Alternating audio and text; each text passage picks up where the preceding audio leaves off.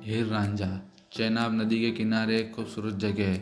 तख्त हजारा यहाँ बहने वाले दरिया की कई लहरें, बगीचे की खूबसूरत की वजह से इसे लोग पूर्व का स्वर्ग कहा जाता है। यही रांझाओं की धरती है जो मस्ती से यहाँ रहते हैं। इस बस्ती के नौजवान खूबसूरत और बेपरवाह किस्म के हैं। वे कानों में बानियाँ पहनते हैं और कंधे पर नए शॉल रखते हैं। उनको अपनी खूबसूरती पर गर्व है और सभी इसमें एक दूसरे को मात देते दिखते।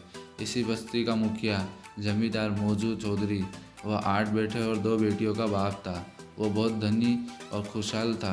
वो कुनबे में सभी उसका सम्मान करते थे। सभी बेटों में वो रांझा को सबसे ज़्यादा प्यार करता था। इस कारण रांझा के बाकी भाई उससे बहुत जलते थे।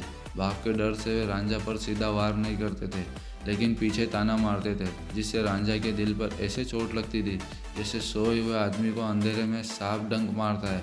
फिर एक अंधेरी रात आई जब रांझा पर कयामत का कहर बरपा। उस रात उसका बाप मौजू चल बसा। रांझा के भाइयों और भौजाइयों के उस पर अब खुलेआम बार ताना कसना शुरू कर दिया। वे रांझा को कहते, अलसी बैठकर रोटी तोड़ता है और 2 आदमी के बराबर दूध पी जाता है, वो भी मक्खन मार के।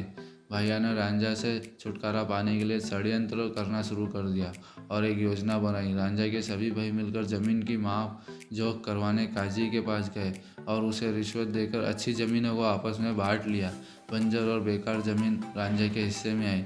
ये सब देखकर रांझा के दुश्मनों की खुशी का तो ठिकाना ही नहीं था। अब वे समाज में घूम घूम कर कहने लगी कि अब रांझा को भाइयों ने जाल में अच्छा फंसा है। रांझा को भी अपमानित करते हुए कहते थे, यह आदमी खेत कैसे जोत सकता है जिसके सर पर बड़े बड़े बाल हैं लेकिन दिमाग में दही भरा है। ऐसे आदमी से कौन औरत शादी करेगी जो ज़िंदगी में कभी कुछ नहीं कर सकता। रांझा की बेइज्जती करने में भाई भी पीछे नहीं थे। वे कहते थे, उसने तो औरतों की तरह चूड़ियाँ पहन रखी है, दिन भर बांसुरी बजाता है और रात भर गाता है। अगर वो ज़मीन को लेकर लड़ने आता है तो आने दो, देखते ही कि क्या क्या कर लेगा। हम सब की ताकत के आगे वो अकेला कुछ नहीं कर सकता। रांझा भारी दिल के साथ अपने बैलों को लेकर खेत जोतने चला, लेकिन उसकी आत्मा रो रही थी और धूप की तलखी थे उसके दुख के और बढ़ा रही थी। खेत जोतते जोतते वह बहुत थक चुका था और वो छाया में जाकर लेट गया और आराम करने लगा। उसकी भौजाई साहिबा उसके लिए खाना लेकर आई और वो अपना दर्द उससे कहने लगा, भौजी, मुझे खेत जोतना नहीं अच्छा लग रहा है। ज़मीन बहुत कठोर है, मेरे हाथों में फपोले और पैरों में छाले पड़ गए। पिताजी जिंदा थे तो कितने अच्छे दिन थे, जाने वे कहाँ चले गए और ये पूरे दिन मुझे देखने पड़ रहे। साहिबा ताना मारते हुए बोली, वैसे तुम तो बस अपने पिता के लिए ही दुला रहे थे, माँ के लिए तो शर्मसार करने वाले बैठे थे।